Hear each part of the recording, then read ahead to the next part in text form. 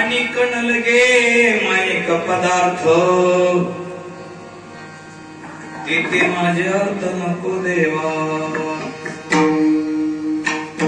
ब्रह्मादिक पदे दुःखाची शिराणी तेथे दूषित जाणी जडो देशी आणि कणलगे मायिक पदार्थ तेथे माझ्या अर्थ देवा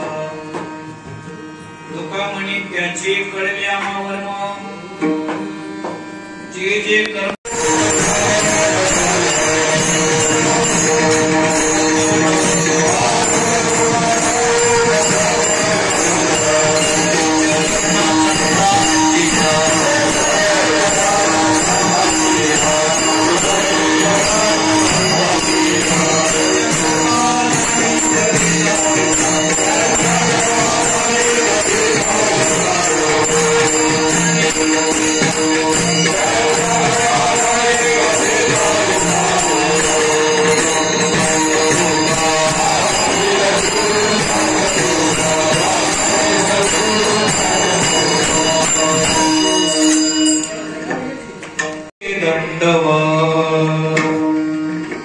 दुसरी वंदो ताराजा जे चतुराननाची आत्मजा वाक्षिती पाविजे सदा तिच्या चरणोदा दंडवत आता बंधू देव ब्राह्मण ज्यांची पुण्यनी पावन प्रसन्न होते श्रोते जण तया माझे आता बंधू साधू सज्जन रात्रंदिवस हरीचे ध्यान विठ्ठल नाम उच्चारण तया माझे दंडवत आता बंधू रंग भूमिका कीर्तनी उभे होते लोका मृदंग श्रोते देखा तया माझे दंडवत ऐसे नमन करुणी सकाळा हरिकथा बोले बोबड्या बोधा अज्ञान म्हणून आपल्या बाळा चालवी सकाळा नामा म्हणे तुका म्हणे पडिलो पाया तुका म्हणे पडिलो पाया करा छाया कृपेची विठ्ठला तुकोबारांचा प्रसंग पाहिला घरी बसून देवाकडे जावं वाटतंय पण त्यांना काम असण्याचा उद्देश नाही महाराज विचार करतात जेवढं जर होत असेल तर येते ओगे वाया गेले दिसती साया तुका म्हणे नाश दिशे झालेल्या वेचता घातल्या का माझ घातल्या जन्मा चित्त नामावरी नाही तुझ्या देवा अरे मला मनुष्य जन्म का दिलास माझ्या मुखामधून तुझं नामस्मरण होत नाही हे देवा मला मनुष्य जन्म का दिलास माझ्या डोळ्यानं तुझं रूप पाहिला इच्छा असून वासनीमुळे जाऊ शकत नाही देवा म्हणून हे जर मी करू शकत नसेल तर आजपर्यंत केलेलं सगळं माझं पुण्य माती मोजायला नाही देवा ठीक करा माझ्या मनामध्ये तळमळ आहे तुमचं समचरण समदृष्टी विद्येवरी आणि साजिरी असं जे रूप आहे ना इकडे माझे चित्तवरती जाऊ द्या हेच जगद्गुरु तुकोबारा अभंगाच्या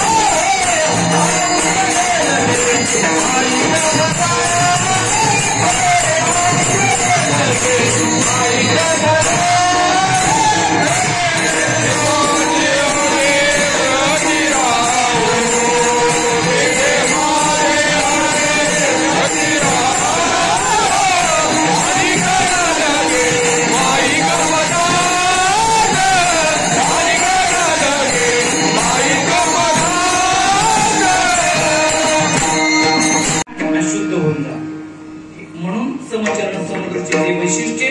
पुन्हा शब्द झालाय विटीवरी हे त्याचं तटस्थ लक्षण आहे आणि पुढे शब्द झालाय साजिरी समचरण दृष्टी विटीवरी साजिरी साजिरी म्हणजे सुंदर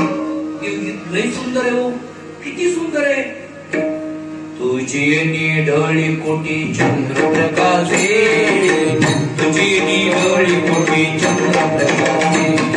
कमल नयनाचे वदनाचे कमल नयनाचे वदनाचे कमल नयनाचे वदनाचे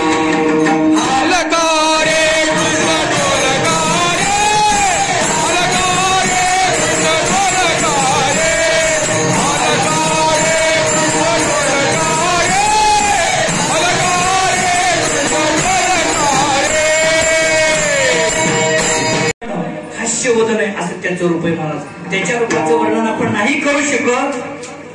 श्रीकृष्णाच्या सौंदर्यापुढे आणि लक्ष्मी बोलवणी झाली वेळी लक्ष्मी सुद्धा तिनं पाहिलं देवाला महाराज त्याला वेळ लागलो कुणाचं इतका देव सुंदर आहे देव किती सुंदर आहे आज कीर्तन पहिल्या दिवसात असल्यामुळं आपल्याला देवाच्या गुणाचं आणि रूपाचं वर्णन करायचं एका शब्दामध्ये काय गुण आहे त्याचे आपण पाहिले यश श्री औदार्य ज्ञान वैराग्य ऐश्वर्य हे गुण आहे आपण त्याचा विचार केला आणि आता देव किती सुंदर आहे त्याचा आपण विचार करू ऐका रामायणामधील प्रसंग आहे महाराज काही संन्यासी महाराज होते कोण होते त्यांनी लग्न केलेलं नव्हतं पण काही वय झालं आणि वय झाल्यानंतर त्यांना वाटायला लागलं की आपल्याला हे काय करणं होत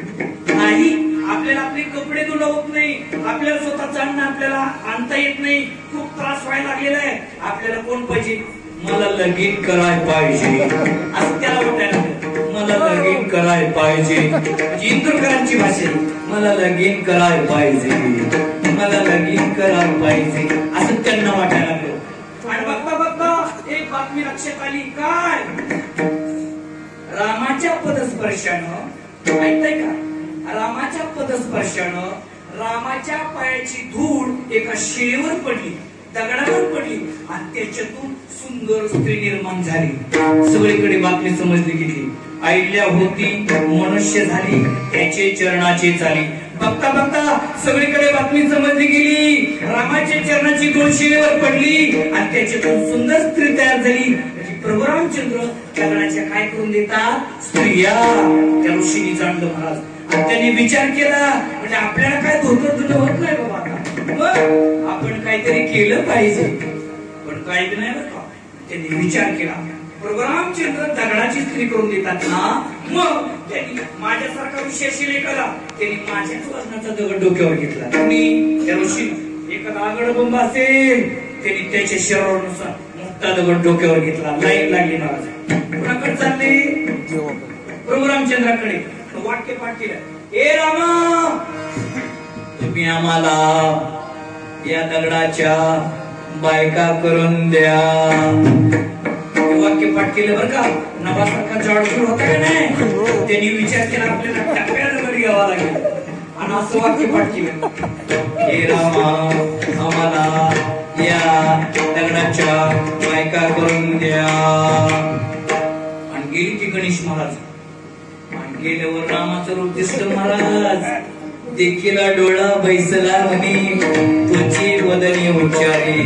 वेळ लागलं वेळ नजर सुद्धा पडेना इतका राम देखणा दिसला महाराज आणि मागणी बघायला कोण गेले होते मुली का मुलं